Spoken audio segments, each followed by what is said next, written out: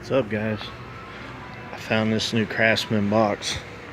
I really like this box, guys. It is a nice box for the money. Feels good, solid. And if you look at it, it's got a different stand. And look, guys, this thing right here says 200 pounds, and I believe it. Look, it's got 2 drawer slides on it. I believe it. This thing holds some weight. I like this toolbox, guys. I like the style of it. I like the style of it. Like that drawer, I guess it ain't broken yet. I don't know.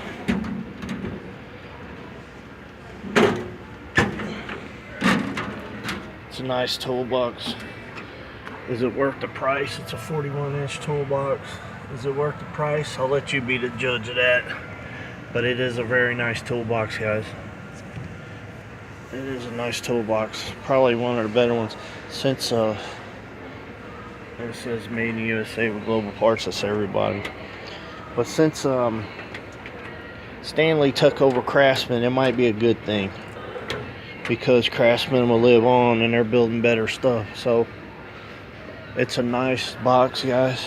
It's got the little things on the side there, pegboard, and then pegboard on the side. Power strips up here, power strips right there, and then you got your holes to bring in your cords, at least from that side. So it's a nice box, guys. I hope they build a 72 inch or 68 inch or something. One. And drawers on this here come all the way out, so you get all that. That one too. That one too, and that one too. So, guys, here's the new 41-inch Craftsman toolbox. There's all your dimensions.